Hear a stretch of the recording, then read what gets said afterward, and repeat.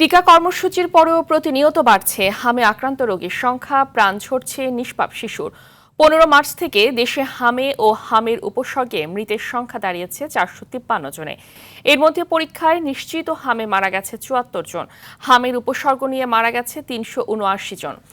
এদিকে জেলা হাসপাতালগুলোতে চিকিৎসার সুব্যবস্থা না থাকায় রাজধানীর হাসপাতালগুলোতে বাড়ছে রোগীর চাপ। এতে করে রোগীরা নানা ভোগান্তির পাশাপাশি আর্থিক ক্ষতির সম্মুখীন হচ্ছে বলে অভিযোগ করেন ভুক্তভোগীরা।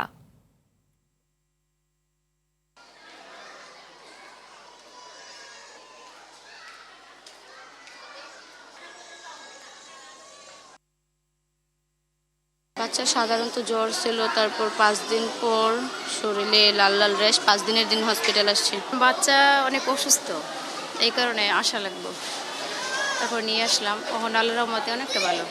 12 তারিখে আমরা 13 তারিখে এসে এখানে ভর্তি হয়েছি। এখন শরীরের র্যাশ একটু কম, কিন্তু জ্বর কমতেছে না। দর্শক, এই মুহূর্তে মহাখালী কোভিড বিশেষায়িত হাসপাতালে রয়েছেন সহকর্মী বিপুল দেবরায়। সরাসরি যুক্ত হচ্ছি সেখানে। বিপুল, হাসপাতালে রোগীর চাপ কেমন দেখছেন এবং সেই সাথে জানাবেন যে চিকিৎসকরা কি বলছেন?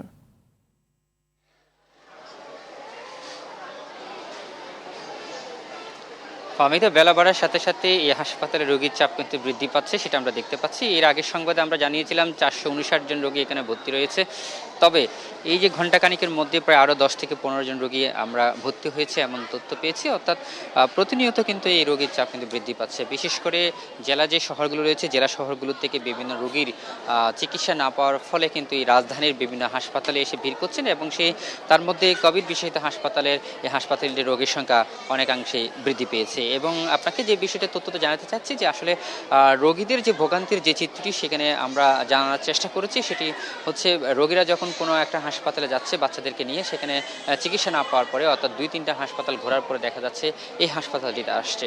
এখানকার চিকিৎসকরা বলছেন যে আসলে অতি দ্রুত সময়ের মধ্যে রোগীরা হাসপাতালে পৌঁছানোর কারণে কিন্তু জটিল যে রোগগুলো সেগুলো মহামারী আকার ধারণ করছে। বিশেষ করে নিউমোনিয়া আক্রান্ত যে বাচ্চাগুলো রয়েছে তাদের সবচেয়ে বেশি জটিলতার সৃষ্টি হচ্ছে এবং শ্বাসকষ্টজনিত রোগেও তারা ভুগছেন।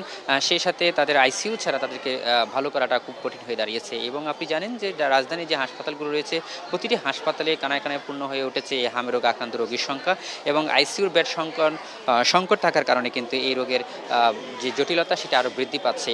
এবং হামের যে টিকা নেওয়ার যে বিষয়টি, যে প্রবণতাটি গত 2 বছরে বন্ধ ছিল অনেকাংশে, সেই ক্ষেত্রে গত কয়েকদিন ধরে এই বর্তমান সরকারের হামের টিকা প্রদান করা হচ্ছে, তারপরেও কিন্তু এই রোগটি কিন্তু একেবারে ছড়িয়ে পড়েছে। এবং আমরা এখানে কথা বলেছি জেলা পর্যায় থেকে যে রোগীগুলো এসেছেন, তারা বলছেন যে আসলে তারা দূর দূরান্ত থেকে আসছেন এবং সেখানে চিকিৎসার অভাব রয়েছে এবং বিভিন্ন হাসপাতালের যাওয়ার কথা বলা হচ্ছে এবং বিভিন্ন হাসপাতাল ঘোরার পরে যখন তারা এই হাসপাতালগুলোতে আসছেন তারা ভোগান্তির শিকারের পাশাপাশি আর্থিকভাবেও তারা ক্ষতিগ্রস্ত হচ্ছেন। তারা বলছেন যে আসলে চিকিৎসকরা যদি সুনির্দিষ্টভাবে কোথায় চিকিৎসাটা হবে এমন তথ্য দেওয়া হয় তাহলে তাদের জন্য অনেকটা ভালো হয়। এবং ডাক্তাররাও বলছেন যে আসলে সরকারকে আরও বেশি যুগোপযোগী প্রচারণার মধ্যে দিয়ে একটা সঠিক গাইডলাইনের মধ্যে দিয়ে এই রোগকে প্রতিরোধ করতে হবে।